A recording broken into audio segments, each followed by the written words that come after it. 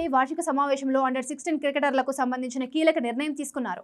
అండర్-16, under-19 ఆటగాళ్లు Indian premier లీగ్లో ఆడాలంటే కనీసం ఒక్క ఫస్ట్ క్లాస్ మ్యాచ్ అయినా ఆడి ఉండాల్సిందే. ముంబైలో జరిగిన వార్షిక సర్వసభ్య సమావేశంలో దీనిపై ప్రత్యేకంగా చర్చించిన బోర్డు ఈ మేరకు నిర్ణయం తీసుకుంది.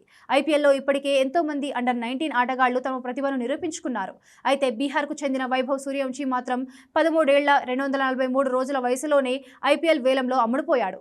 ఐపీఎల్ వేలంలో సందర్భంగా రాజస్థాన్ రాయల్స్ వైభవ్ను ఏకంగా 1.10 కోట్లకు కొనుగోలు చేశారు. అయితే అంతకంటే ముందే వైభవ్ సూర్యవంశీ దేశీ జట్టు తరపున ఫస్ట్ క్లాస్ క్రికెట్ ఆడాడు. రంజీల్లో చిన్న వయసులోనే అరంగేట్రం చేసిన ఆటగాడిగా నిలిచాడు. ఇక వైభవ్తో పాటు మహారాష్ట్రకు చెందిన ఆయుష్ మాత్రే కూడా ఇదే కోవకు చెందుతాడు.